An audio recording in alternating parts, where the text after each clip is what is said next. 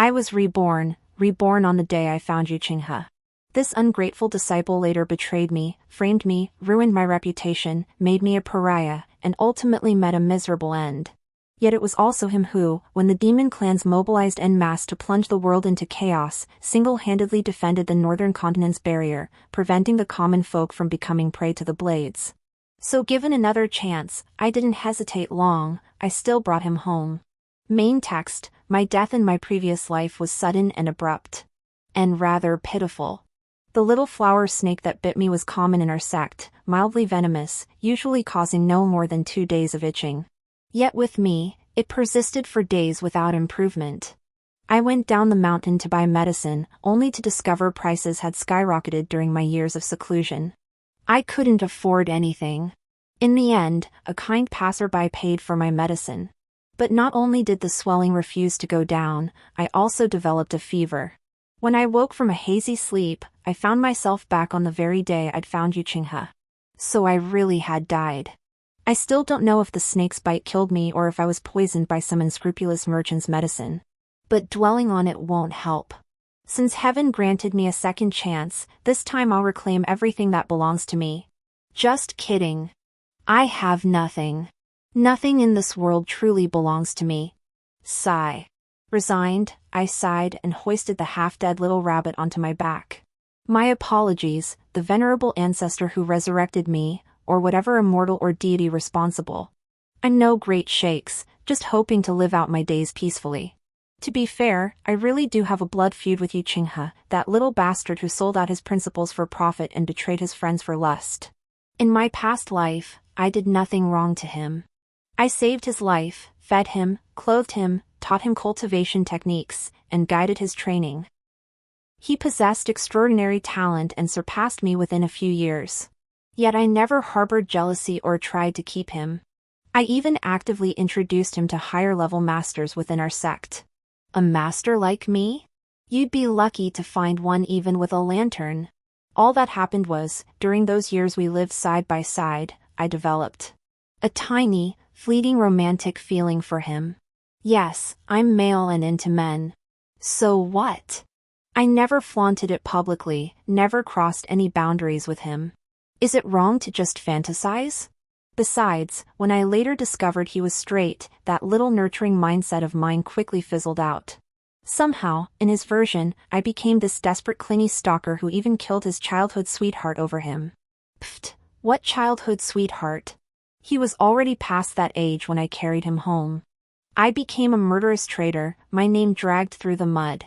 He became the unattainable flower, forced by his master yet unyielding, pure as lotus blossoms rising from mud. Thinking back on those years of barely scraping by, my teeth itched with rage. My movements carrying him weren't exactly gentle either. In short, I dragged and shoved him all the way, dumping him at the doorstep of the new master I'd found for him in my past life. Mission accomplished. Come see, come see. A promising young talent with exceptional bone structure and extraordinary gifts. 5,000 gold pieces for the privilege. Xianxiao Xinren haggled it down to 3,500. Deal done. After selling Yu Qinghe and returning home, I felt light as a feather. My cave dwelling sat on a remote peak within the Qingyu sect, and like it, I occupied a marginal position within the sect. Though I'd begun cultivating on the mountain as a child, my mentor, Master Yu Xiao, was already frail and elderly, and didn't live much longer. After my master passed, my peak fell into complete decline.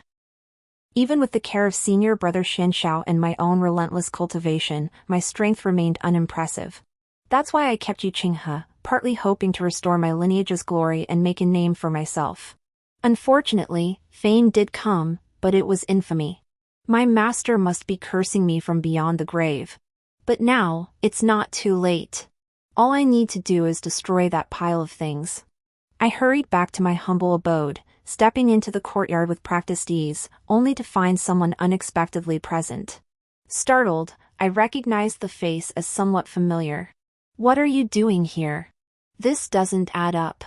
In my previous life, at this time, he was at the Qingyu sect. The other party didn't take offense at my rudeness but instead apologized to me. My apologies for the intrusion, fellow cultivator. Your garden's flowers and plants are so splendid, I couldn't help but wish to admire them. Polite and gentle, yet maintaining a proper distance, someone to be admired from afar. It was him. The one who'd paid for my medicine just recently, or rather, in my previous life. Yu Qinghe of the Taishu sect. His fame soared from youth, surpassing even Yu Qinghe who came later. Our generation grew up constantly measured against him. His participation in the Demon Clan War later secured the eastern and southern realms as solid as rock. A man of his stature hardly seemed the type to have time for neighborhood visits. In my past life, he had somehow come to the Qinghe sect. Seeing my empty pockets at the herbal shop, he generously paid 50 gold pieces for my medicine. Even when the shop assistant mocked my glorious deeds, he showed no reaction, kindly escorting me home instead. I marveled then at how truly the heir of a great sect was raised. His eyes held nothing but universal equality.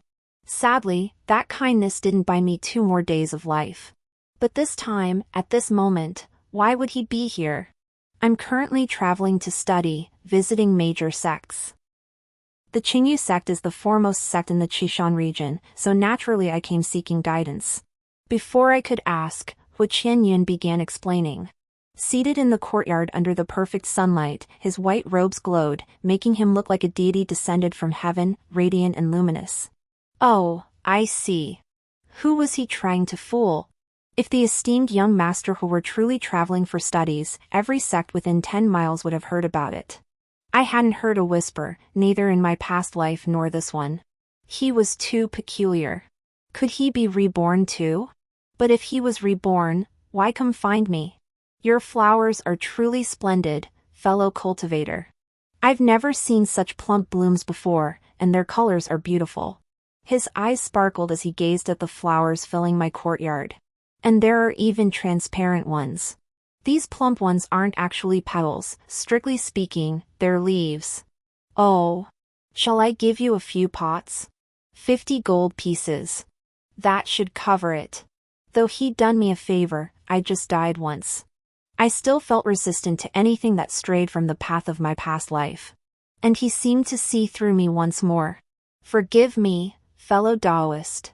I lied earlier, I'm not traveling for studies. True to his reputation, he was a remarkably direct man. I simply couldn't explain it. A voice in my mind kept urging me to visit the Qinghe sect. And so he came. This is troublesome. Could it be that young master who has encountered some demonic entity? Perhaps. This demonic entity sent me to collect a debt. 1,000 gold pieces. Usury. Not even loan sharks charge that much. Though I had no idea what was going on, I definitely didn't have 1,000 taels. So I quickly sent this deity on his way and politely handed him over to Xian Shao. Hosting the Taishu sect should bring considerable benefits, but I had urgent matters to attend to and couldn't be bothered asking my master for more money. I jogged back home again. This time, with no interruptions, I quickly located several large chests tucked in the study's corner. Dragging them into the courtyard, I began burning them. Good riddance, these were nothing but trouble. Over a decade ago, after emerging from seclusion, the Qinghe of the Qinghe sect suddenly clapped her hands and urged all disciples to start writing something called a diary. Who knows what she experienced during her seclusion? Anyway, she claimed diaries offered countless benefits, clearly recording daily words, deeds, and spiritual insights would yield fresh perspectives years later, potentially even unlocking profound enlightenment and elevating one's cultivation realm. I fell for her persuasion, bought paper and notebooks like everyone else, and wrote daily, every single day. From earning money on missions to the trivial matters of raising Yu Qinghe's chickens, I jotted down every scrap of detail. In the end, I gained no insights into the Tao. The fact my own Tao heart didn't shatter is a testament to my resilience. When Qinghe was peddling this stuff, why didn't she mention how unethical it is to read someone else's diary? After rebirth, life became much easier. Raising disciples costs money, but raising just myself only requires enough to eat and wear. My appetite is modest, and clothes are fine as long as they're wearable. My only hobby is tending to that pile of plump plants, nothing expensive or high maintenance. When I spot a nice one during an outing, I just pluck a few leaves and plant them. Easy peasy. And it's not just me doing the plucking anymore. Hu Qianyun has started helping me, bringing back pretty, fleshy leaves whenever he finds them. Yep, Hu Qianyun and I have inexplicably become close. I used to be a bit afraid of him and wanted to keep my distance. As the esteemed young master of the Taishu sect, it's rather inappropriate for you to keep visiting our Qinghe sect's remote peak. He nodded in understanding. Later, he'd deliver leaves to my doorstep, drop them off, and leave, never stepping inside. I couldn't even find him if I wanted to refuse him again. Before long, old Xian Xiao came to lecture me, saying this wasn't proper hospitality. Fine. I'm never right anyway. I'm not good with words. Whenever others argue with me, they always seem to have the upper hand. So I posted a large notice at the entrance, warmly welcomes young Master Hu inside. He entered the next day, acting as calm as if nothing had happened, merely complimenting my beautiful flowers. In past or present lives, few have ever complimented me so genuinely. Moreover, Hu Qianyun showed no further odd behavior. He never mentioned the 1,000 gold debt, acting as if he'd truly come only to share a love of flowers. In his free time, he'd visit my courtyard, rocking in a chair all day like an old man. My cooking was bland, mostly flavorless dishes. He said it suited him perfectly, he'd eat whatever I served. He wasn't particular about tea either, making him easy to entertain. If I went out on missions, he'd even help clean the room, not a trace of the pampered young master he was. Life like this was quite pleasant. But not long after, Yu Qinghe actually showed up at my door. Bad luck. My expression was hard to describe. He looked at me cautiously, while Hu Qianyun sat in the back courtyard, watching with curiosity. Master mentioned you saved my life back then. You're welcome. I got paid. It was a life-saving favor, after all. Indeed. That's why I charged Elder Xian Xiao 3,500 gold. He froze, his eyes reddening slightly.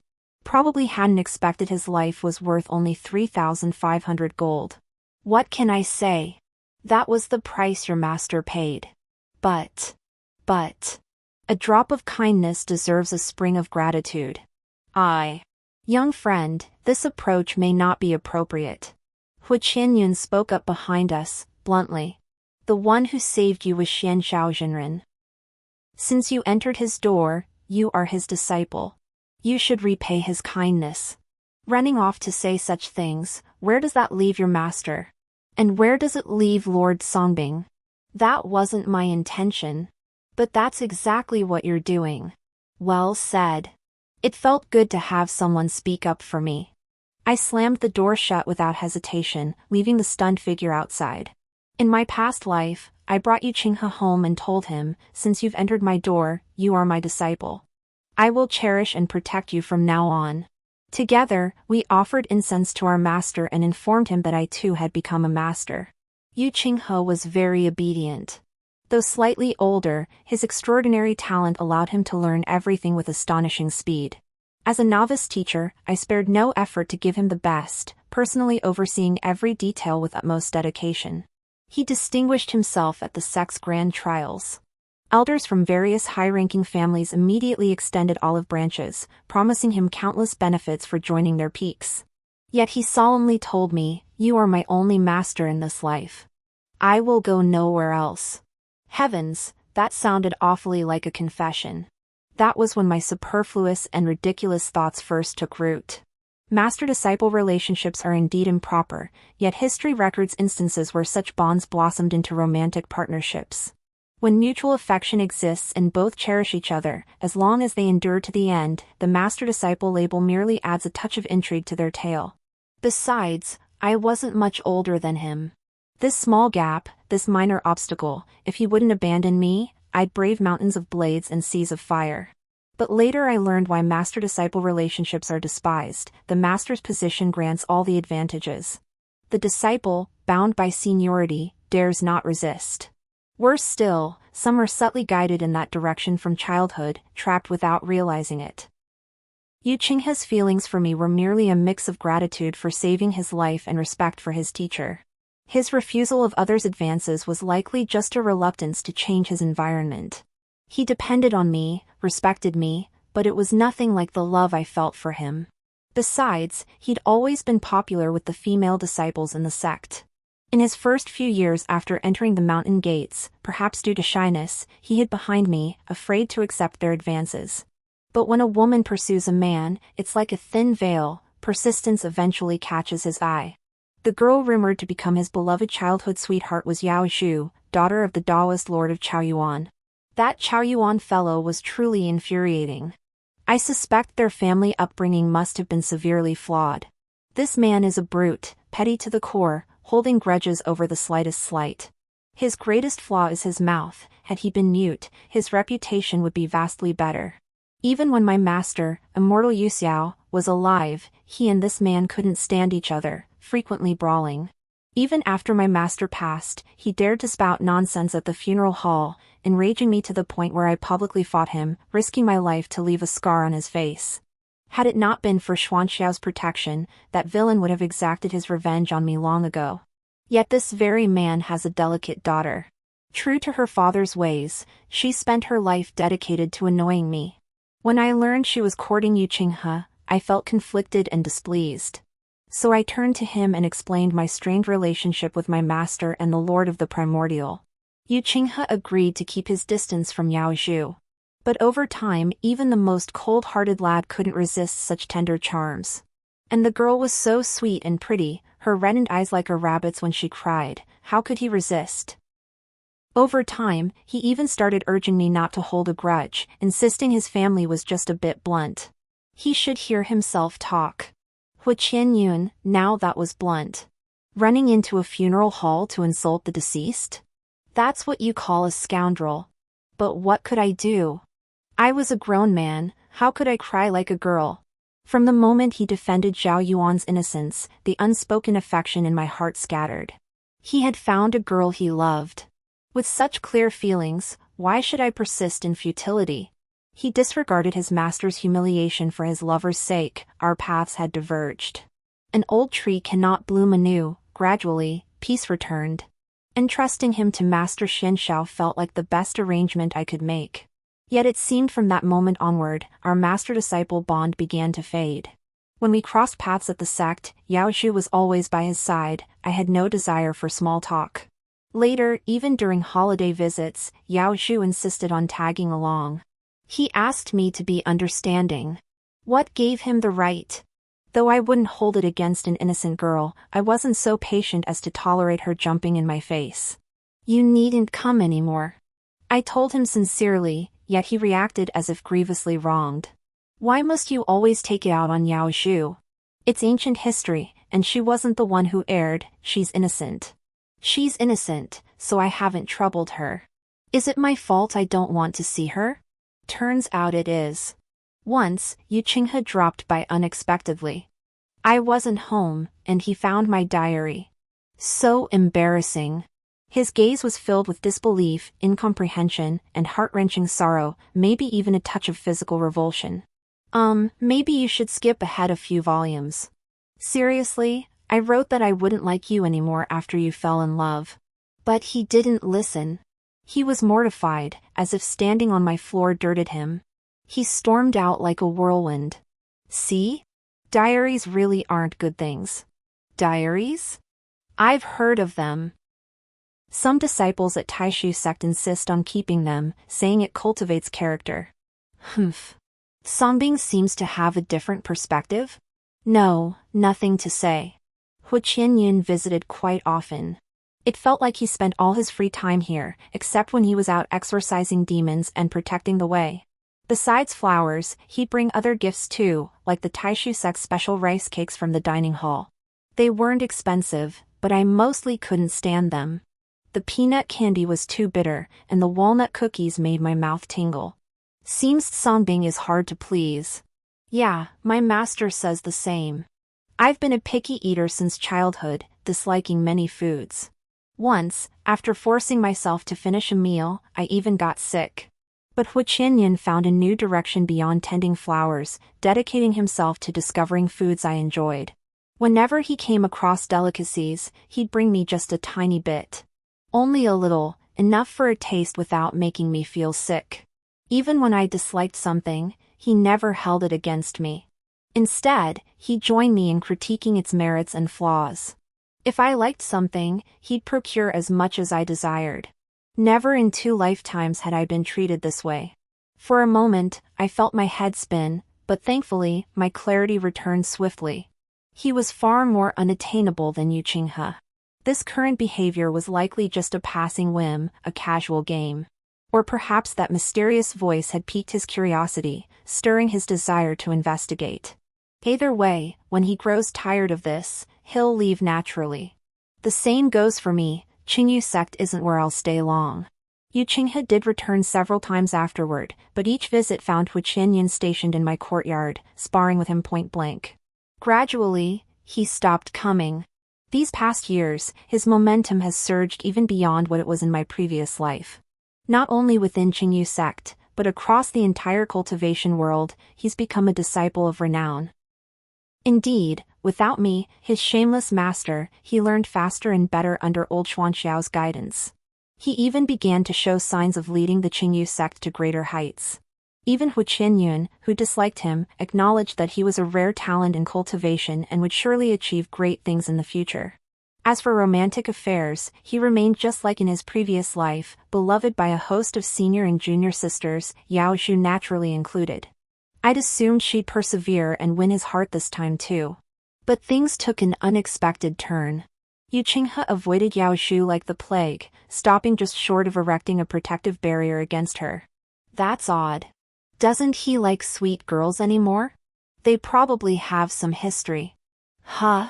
Hu Qianyun analyzed the situation with great seriousness. Seriously, the look in his eyes suggests he wants to kill her. He just can't act on it yet, so he's forcing himself to endure and avoid seeing her. TSK. What happened? Is it some kind of tortured, deep love? Well, that's not what I meant, but if Song Bing wants to interpret it that way, fine. I couldn't be bothered with their cat-and-mouse game, but even though I had nothing to do with this, Yao Zhu still dragged me into the mess. Spill it! What did you do to Brother Qinghe? What did I do? My head started throbbing the moment I saw Yao Zhu that morning. Hu Qianyun insisted on staying in the courtyard watering flowers, but he was clearly just there for the drama. Why don't you go ask around? I barely exchanged a few words with him. Liar! With your plain looks, how could you possibly compare to me? You must have used tricks to make Brother Qinghe fall head over heels for you. Whoa! Personal attacks. That's typical of Chao Yuan's upbringing. Before I could respond, Hu Qianyun tossed aside her watering can and charged over. Young lady, criticizing someone's appearance is quite rude. I'm just telling the truth. If we're being honest, you're not as tall as Songbing, and your figure is nowhere near as good. I'm a woman, he's a man, of course I'm not as tall. Then why are you even comparing yourselves? Apparently not expecting Hu Qianyun's retort, she fell silent instantly. But Hu Qianyun kept firing. And to be perfectly honest, I don't think your hair is as straight or as dark as Songbing's. Your eyes might be slightly bigger, but I still prefer his eye shape. Oh, and his iris color is prettier than yours too. Stop it, stop it. You don't have to force compliments. Even I felt awkward, let alone Yao Zhu, she was practically in tears. This tactic had worked wonders on Yu Qinghe in my past life, but it held zero sway over Hu Qianyun. You come to someone's doorstep to argue, then resort to crying and playing the victim when you lose. That's not a good look. Anyone entangled with you is truly unlucky. Seeing she couldn't win against Hu Qianyun, she turned to pick on me, the soft target. You're shameless. You hooked up with the Hu family's young master from Taishu sect, yet you still string Qinghe brother along. If you don't stop, I'll. What exactly will you do? I was actually a bit curious. Just you wait. She stomped her foot and stormed off, and I soon paid the price for that curiosity. She posted Yu Qinghe's diary online for everyone to see. I couldn't comprehend it. I was utterly devastated. She cried out that I'd seduced Yu Qinghe because his diary was filled with longing and affection for me. Not only that, he'd even secretly followed me down the mountain several times, and even recorded what storybooks I'd brought for my master. I wanted to die, truly. Was I the only one who realized reading someone else's diary was utterly immoral? Apparently not. Hu Qianyun was also stunned. I heard he rushed back to Taishu sect that very night, forbidding disciples from keeping diaries. But my ordeal wasn't over. Yu Qinghe tracked me down when I was alone, apologizing incessantly, completely disregarding whether I accepted it or not. Can't you just leave me alone? Stay away from me. I'm a man. Weren't you into women in your past life? Snap out of it. I know. I've long understood my own heart. Gender doesn't matter to me, as long as it's you. A chill ran down my spine. How had I never noticed before? He was such a clueless, obnoxious pest. Songbing, give me one chance. Yu Qinghe. I called his name, and the instant his eyes lifted in surprise, my fist slammed into his face. If you didn't get my hints last lifetime, I'll be blunt this time. Get the hell away from me. His expression shifted from shock to helplessness as my words sank in.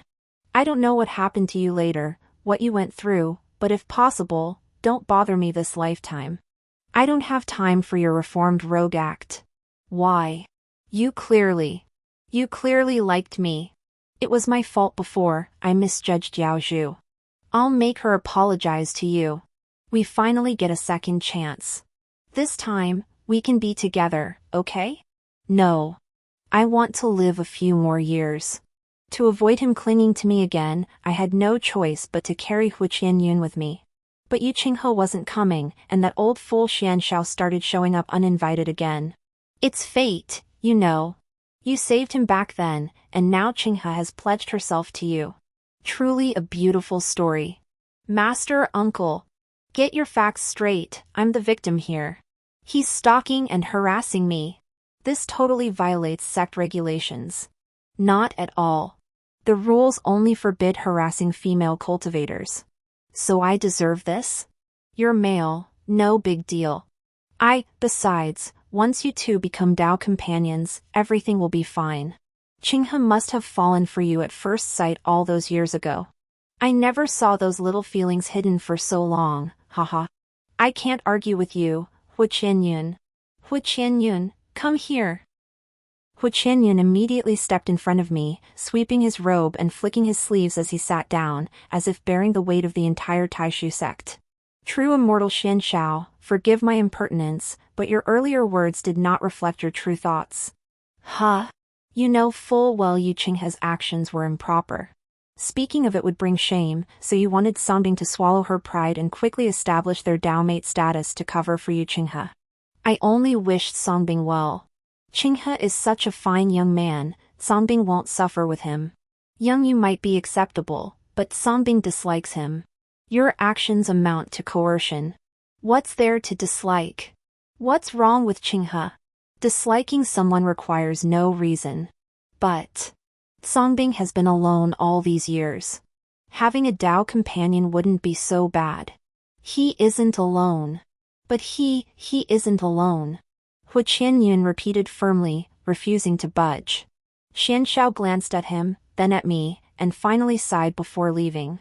I heard that upon returning, Xianshao ordered him never to bother me again. Meanwhile, the other elders, seeking to protect Yu Qinghe's reputation, forcibly suppressed the matter. But by then, the rumor had spread far and wide. Yu Qinghe couldn't speak of it, but what about me? And so, everything seemed to return to how it was in my past life. The only difference was that now, everyone treated it as nothing more than a romantic tale surrounding a rising star of the sect. At most, they'd comment on my appearance, speculate about my methods, and spin a few colorful stories. It was so much better than my previous life. But Hu Qianyun was deeply dissatisfied. Though his face remained as impassive as ever, I could sense his anger. This corrupts the sect's morals. When leaders set such examples, disaster will surely follow.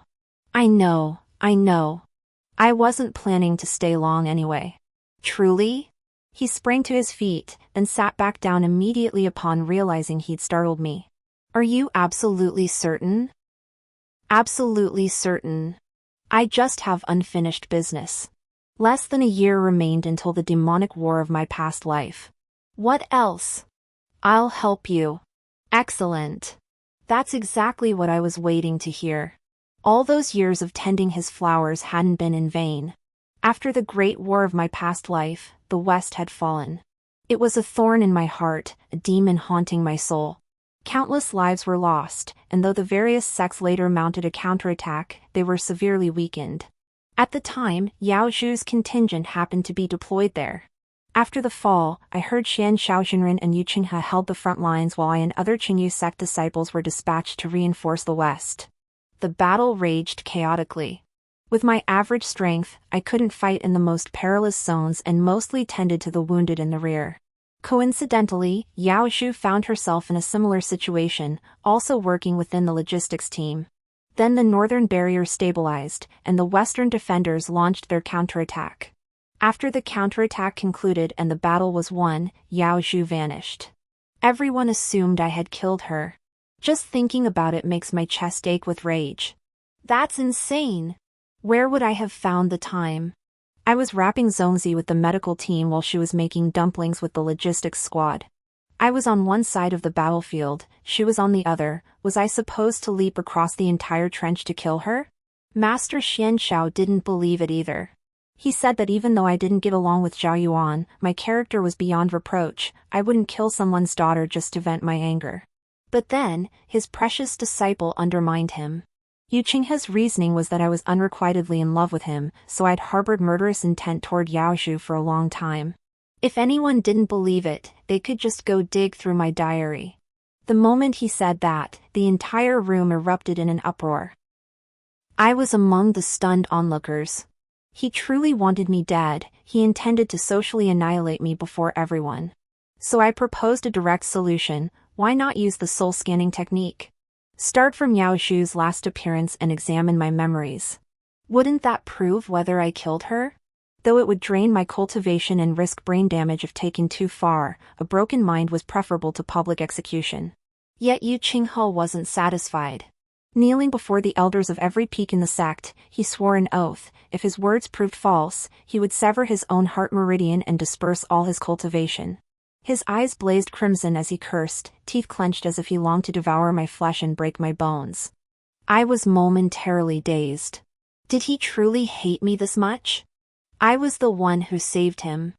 I was the one who brought him to the mountain. Why won't you believe me? I never did such a thing. Are you truly prepared to disperse your cultivation after the spirit probe? If it proves so, then it is Qinghe's fault. Qinghe willingly accepts punishment. What of your master? Xianshao nurtured you to this point, how can you face him? Qinghe now only wishes to face my wife, Yao Zhu. Fine. Fine. If that's your wish, then let the probe begin. I wasn't afraid. I knew my innocence. If Yu Qinghe insisted on this, so be it. But Qingyu sect could no longer function without him. That was the one thing I hadn't considered. Only when the spiritual probe concluded and Qinglian Qingjun pronounced me guilty did it sink in. Standing on the barren western defensive array grounds, people scattered rapidly from around me, their eyes filled with contempt. I had become a beastly man lusting after his disciple, a man who loved men despite being one himself. My heart was filthy, my delusions as absurd as trying to force the moon from the sky. For this, I had slaughtered my own sect brothers. Yu Qinghe had won. He stood far off, head held high, his expression saying, it was only right. That was a nightmare that had continued until now. But now, the dream is nearly over. Thanks to my clandestine, anonymous intelligence, the demon clan faced precise countermeasures from all major sects from the very start of their uprising. Hu Qianyun, that rascal, struck with pinpoint accuracy, no further explanation needed. This time, not only was the northern barrier fully preserved, but the western front, lost in my past life, was also secured through his and Yu Qinghe's joint efforts. The demonic forces were utterly annihilated and driven back, stripped of their ability to plague the mortal realm. For a time, the land was clear and bright, the skies cloudless and luminous, truly the sign of a golden age. This is good. The war ended, and the western front saw no mass slaughter. Given this, having been reborn, my choice was not wrong. But Yao Zhu is still missing. And I've been accused again. Was this some kind of predestined fate? This time, however, it wasn't Yu Qinghe who accused me, it was that old fossil, Zhao Yuan. He claimed it was a crime of passion, a tangled web of love and hatred between Yu Qinghe, Yao Zhu, and myself. All the prominent sect leaders were present. I couldn't tell if he genuinely sought justice for his daughter or simply relished tormenting me. Either way, the astonishment and excitement on everyone's faces were impossible to hide.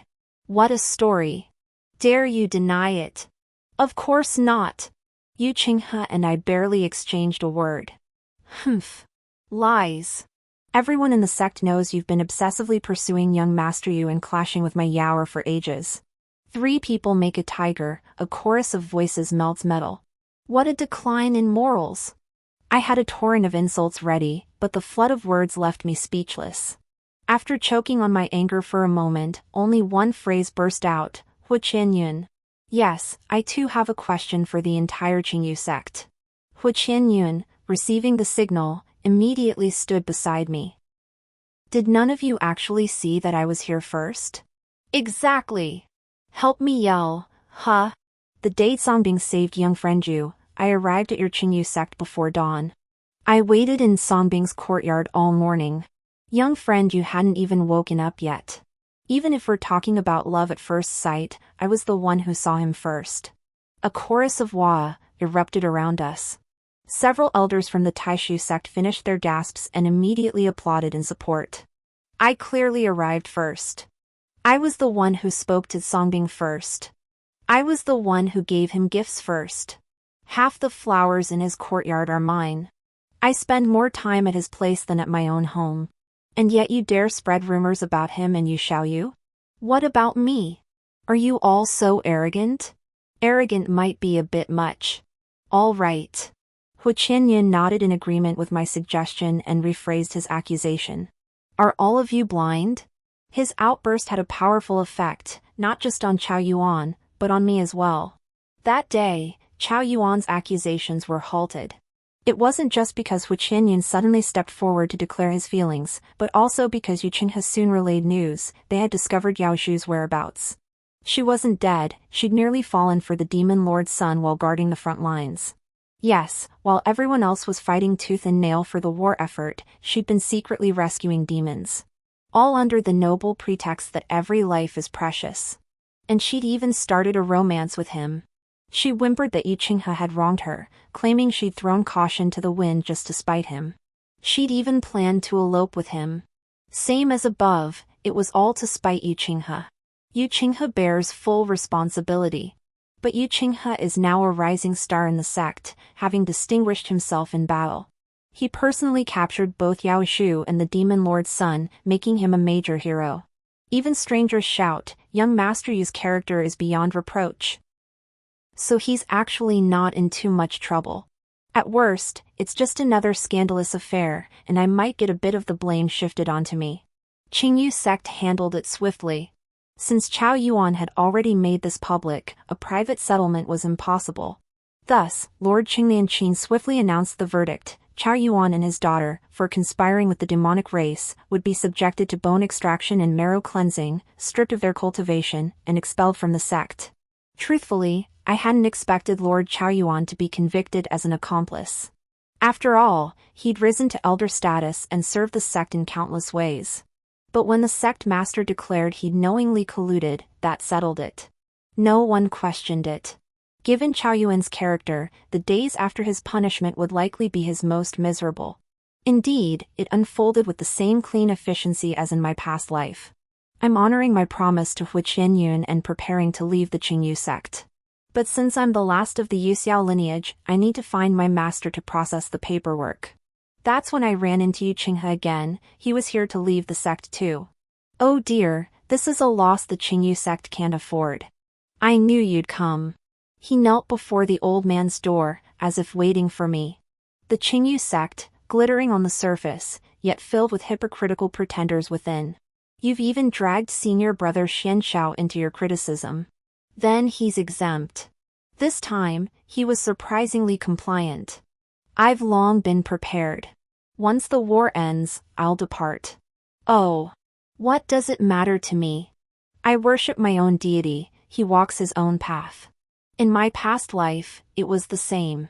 Yao Zhu never died, yet I didn't encounter her again until decades later in the demon realm. I truly never imagined the entire Qinghe sect would conspire to deceive me. Songbing, it was my fault. He faced me, bowing his head in apology. I sidestepped, refusing to accept it. He paid no heed, completing 3 full prostrations. I was ungrateful and misjudged people, betraying the teachings of both you and Master Xian Shao. My stubbornness and arrogance drove you to despair, causing your untimely death. I failed to see my own feelings. After your death, I was consumed by grief. I had actually long enough. The rest need not be spoken. Yes. Hu Qianyun truly surpasses me. Whether in past lives or this one, I have lost. After Yu Qinghe finished, he knelt once more before the main door of Xuanxiao's study, bowing his head in farewell. This was the last time I saw him. Old Xian Shao had it rough, and one day, his star pupil fled, and his senior brother's only disciple vanished too. He wept so bitterly he announced his retirement that very night. Good riddance. Both Hu Qianyun and I could see Qinghe sect wouldn't last much longer. My departure was smooth. Hu Qianyun had already taken the flower girls, and he'd tidied up the remaining odds and ends for me. It was clear he'd been waiting for this day for a long time. What surprised me, though, was that he didn't offer to take me to the Taishu sect. I know you've already found a place to stay. It's lovely, peaceful surroundings, a beautiful house, perfect for tending our flowers. He even knew the roads better than I did. I suspected he'd secretly followed me. Not following you, just coincidence. Don't you remember? We crossed paths on a mission once. At most. I took a peek during the renovations. He understood me too well, seeing right through everything. Yet when he discovered I'd secretly saved money to buy the house, he didn't say a word. Not bad, good sense of boundaries. So what are your plans now? Songbing, why ask that? Isn't there a room for me in that house? What's the northwest wing for? That's the study. Really? Can I expand it then? He sounded unusually nervous as he said this. Do you really like me? Damn it, I'm nervous too. Can't even Songbing tell? Now his tension seemed to shift into sadness. It's not that. It just feels unreal. We're not really suited for each other, are we? Songbing is wonderful, and so am I. We couldn't be more perfect for each other. But you have reservations. That's perfectly normal. Though I'm confident I can handle my family. But until Songbing thinks it's okay, I won't push you. He gently took my hand. This is your home, you decide what's best. But let me offer myself up. I'm easy to keep, you know? As long as I'm with Songbing, I'll be happy. I'll earn my own money to buy gifts for my sugar daddy. If you ever get angry, just kick me out. I'm unmarried and unattached, I can't make a scene. Keep me. You won't regret it. You can stand still. Whether it's 99 steps or 100, I'll run to you. That sounds a bit pitiful. If we could skip straight to being official, that'd be even better. Nice try. He must have walked more than halfway toward me by now. Though I fear repeating past mistakes, I won't deny the power of love. Let's see how he behaves. Who knows? Extra chapter. As a child, Hu Qianyun was a very boisterous kid. He was intensely curious about everything, whether rare or common, familiar or unfamiliar. He marveled at the ever-changing clouds and sincerely praised the new hairpins and ornaments his relatives wore. Beyond that, he possessed remarkable hands-on skills, delighting in his mischief even when punished. Everyone adored him, yet his temperament proved both endearing and exasperating. This couldn't continue. The future master of the Taishu sect ought to conceal his emotions. Thus, his parents subjected him to strict and rigorous discipline. When he remarked on the plump beauty of dewdrops on leaves, they would dismissively tell him these were merely ordinary plants, utterly unremarkable. When he found the patterns on a maid's sash novel, that design, that garment, and even the maid herself vanished from his sight. Hu Qianyun was exceptionally intelligent. He quickly grasped the purpose behind his parents' repression. He began to reflect on himself, admonishing that all things in the world were but fleeting dust and the breath of heaven. He should not cherish such things, they were the most commonplace and ordinary of objects. Gradually, he ceased his mischief and grew quiet. Slowly, nothing stirred his heart anymore, all beings appeared equal in his eyes. His parents had been deeply satisfied with their influence, believing Yu Qinghe possessed every virtue of a future sect leader. Until the demonic hordes attacked, plunging the realm into chaos. The eastern defense was the main camp of the Taishu sect. They won easily, but the defeated demonic forces, facing imminent death, sought to spite them one last time. Over 100 captured hostages were divided into two groups, one for selection and the other to be sacrificed as funeral offerings for the demonic forces. While others agonized and hesitated, Yu Qinghe acted almost instantly. With lightning speed, he rescued the majority. His reaction was so swift that not only were the demons caught off guard, saving several more innocent comrades, but even the righteous cultivators were caught unawares. Though post-event analysis confirmed Yu Qinghe's actions were the optimal solution, the problem was that among those who perished was his father. "Sorry, I didn't think that far ahead," he explained calmly to his mother when he returned home. "I roughly estimated, over 50 on one side, over 40 on the other. Less than 10 difference. Your father was on that side." "Yes, but the other side had more. Utter, uncompromising equality for all beings." So correct it was frightening. His mother stopped seeing him, and the elders of the Taishu sect didn't know what to do with him either. When had he become like this? The individual named Yu Qinghe had, at some unknown point, had his emotions erased, leaving behind only the young master of the Taishu sect who pursued fairness in all things. They tried to correct him, hoping to reignite his emotions through various forms of care, but to no avail. Over time, it only intensified. Finally, they wondered, perhaps finding him a Tao companion could bring him back? The Taishu sect's young women wouldn't do. Might a lively woman from outside save him? That's how the storybooks wrote it. Thus began Yu Qinghe's long journey of matchmaking and scholarly travel. For him, the focus was on the scholarly journey, matchmaking was merely incidental. Exchanging knowledge with other sects would enhance his cultivation. As for a potential partner, whatever his uncles deemed suitable would suffice. The elders insisted, however, that he must find someone he liked. This proved troublesome, for Yu Qinghe himself didn't know what he liked. By the time he wandered to the vicinity of the Qinghe sect, his family's requirement had devolved to anyone will do. Qinghe sect was a major sect in the Qishan region, but after actual communication, it felt somewhat superficial.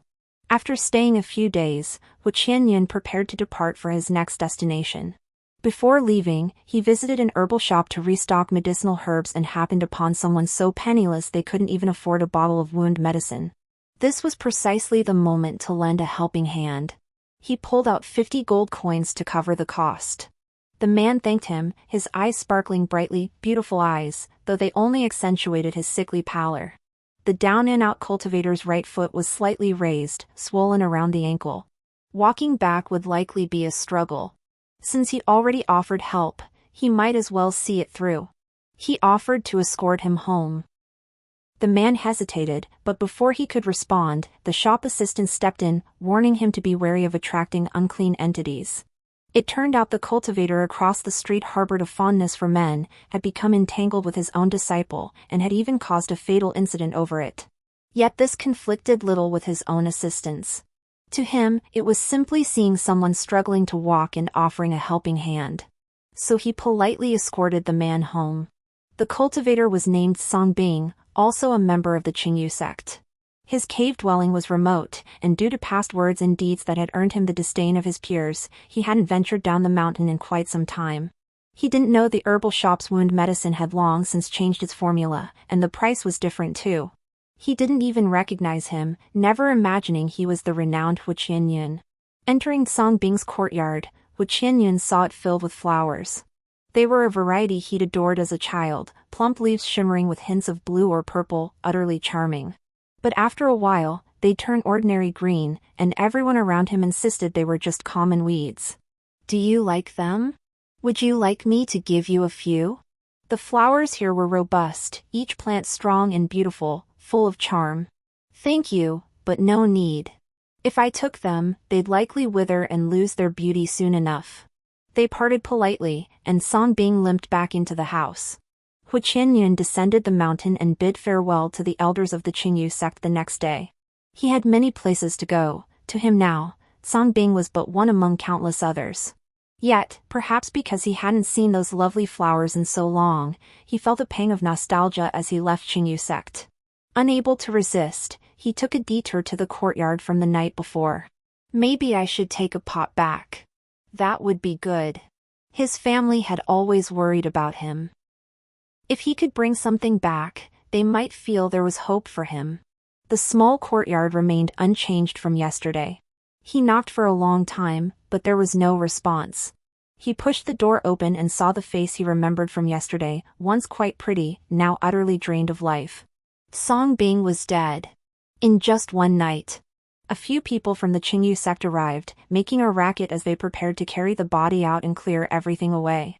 As for where to dump it, some remote wilderness would suffice. Sitting in the courtyard, Hu Qianyun couldn't bear to watch. At the very least, she thought, he deserved a coffin. I'll cover the costs. Let's arrange a simple burial.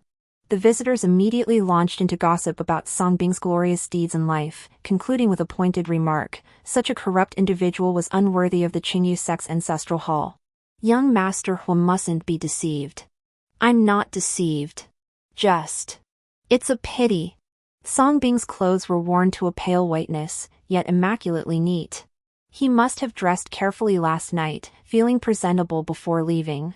The small courtyard held numerous flower pots arranged with order. Even the vegetables grown there stood neatly in rows, lush and vibrant, evidently tended with care. Wind chimes hung from the doorframe, tinkling melodiously in the breeze. That's why he felt it was a pity.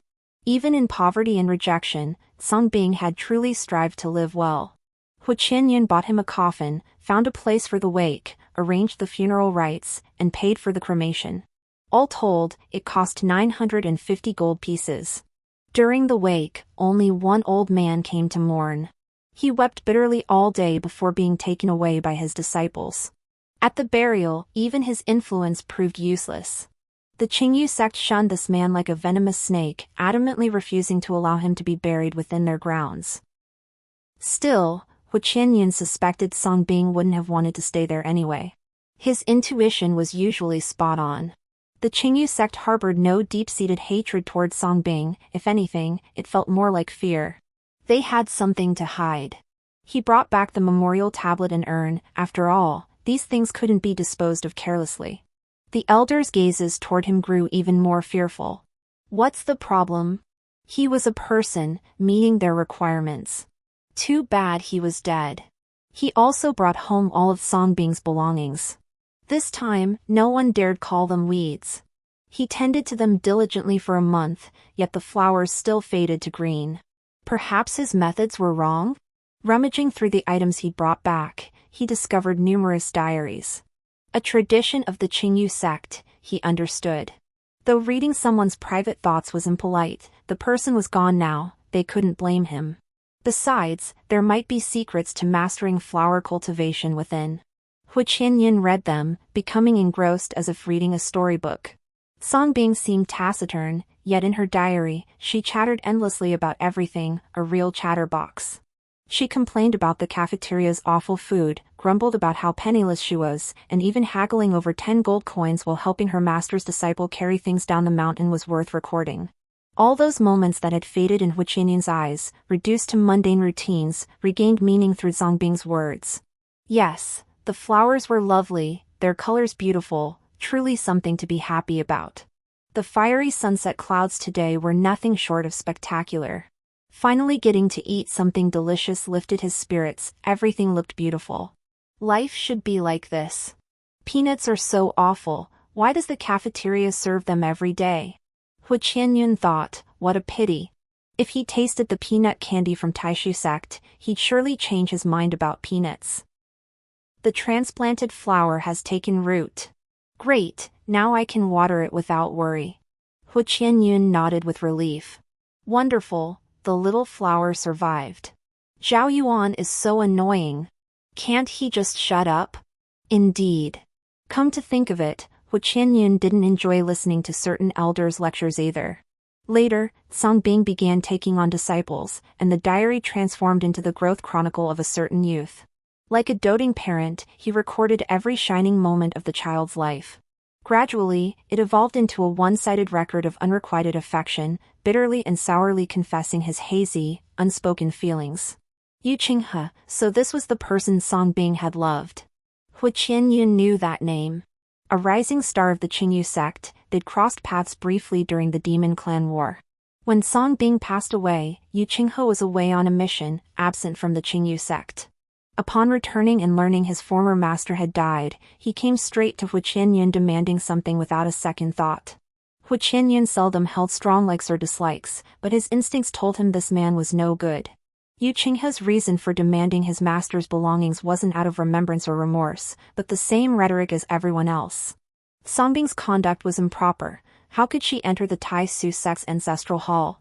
Young Master Hu must have been deceived. So what? Should he hand it over to be discarded? This man was actually the one Songbing held so dear in her heart. He found it utterly incomprehensible. He couldn't see anything redeeming about him, nothing so outstanding that Songbing would fight over him, even risking her reputation. Rumors were indeed unreliable. Songbing wasn't the kind of person to be so blind. Frustration, resentment, long-forgotten emotions resurfaced. He hadn't felt such turmoil in ages. Thus, Hu Qianyun unceremoniously banished the man and ordered the Taishu sect to sever all ties with the Qingyu sect. Then, at some point in the diary entries, the unrequited love abruptly ended. Songbing's hopes faded away. He quietly and regretfully extinguished his own longing. Hu Qianyun almost wanted to applaud. He knew it all along, such a petty person was unworthy of sincere, passionate love. But not long after, the entries in the diary ceased altogether. His understanding of Songbing ended there. He couldn't recall how many years passed before Yu Qinghe returned to the Taishu sect. This time, he finally showed some semblance of remorse, kneeling before the sect's gates, sobbing uncontrollably. He said he was wrong. He now understood Songbing had been wronged. He begged only to be allowed inside, to prostrate himself before Songbing and beg forgiveness. It took him all these years to grasp what an outsider like Hu Qianyun could see at a glance, a rather slow realization. Besides, Songbing likely didn't wish to see him. A simple apology won't earn Songbing's forgiveness, Yu Daoyu. Hu Qianyun spoke with his usual bluntness. Songbing once cared for you. Back then, you held great importance in his eyes. That led you to overestimate your own worth. When he loved you, everything about you was a precious treasure. Once he let go, you meant nothing. Yu Qinghe stared at him for a long moment, then grew agitated. Then what about you? You're no relation to him, never even met him. What gives you the right? What gives you the right to keep his things and refuse to return them to me? What gives me the right? The answer was simple. Because I paid for them. You must know what kind of life your master endured during those years. Because I saw him through his final journey. What have you done? The man fell speechless, standing frozen for an eternity. Guards at the door later reported he bowed his head several times before leaving. Later, the Qingyu sect collapsed overnight. Yu Qinghe was the one who struck the fatal blow, sending shockwaves through the cultivation world. But Hu Qianyun couldn't care less about such trivial matters. With that spare time, he might as well sort through Songbing's belongings once more. He began relearning the feeling of affection, the sensation of sorrow. Even Songbing seemed to come back to life. The pale face Hu Qianyun had last seen gradually regained its color in his daily imaginings. Those sparkling eyes were beautiful, he could never forget them. Those around him remarked that he finally showed a hint of humanity, as if emotions long dead were slowly being revived. But that was as far as it could go. The one who could have saved him had been dead for years. Later, he heard that Yu Qinghe had succumbed to demonic possession. The once proud prodigy had pleaded with every deity and Buddha, seeking help from all sects, beyond good and evil, just to start over and win back his true love. When he was finally slain by a coalition of forces within the esoteric sect's domain, it was said he knelt before a divine statue, clinging to his last breath, still bowing his head in supplication. Hu Qianyun remained non-committal. How laughable. Even if he succeeded, Songbing would never fall for him again. But if he truly did succeed, this time, may he meet him sooner. The story ends here. Thank you all for your company. See you in the next chapter.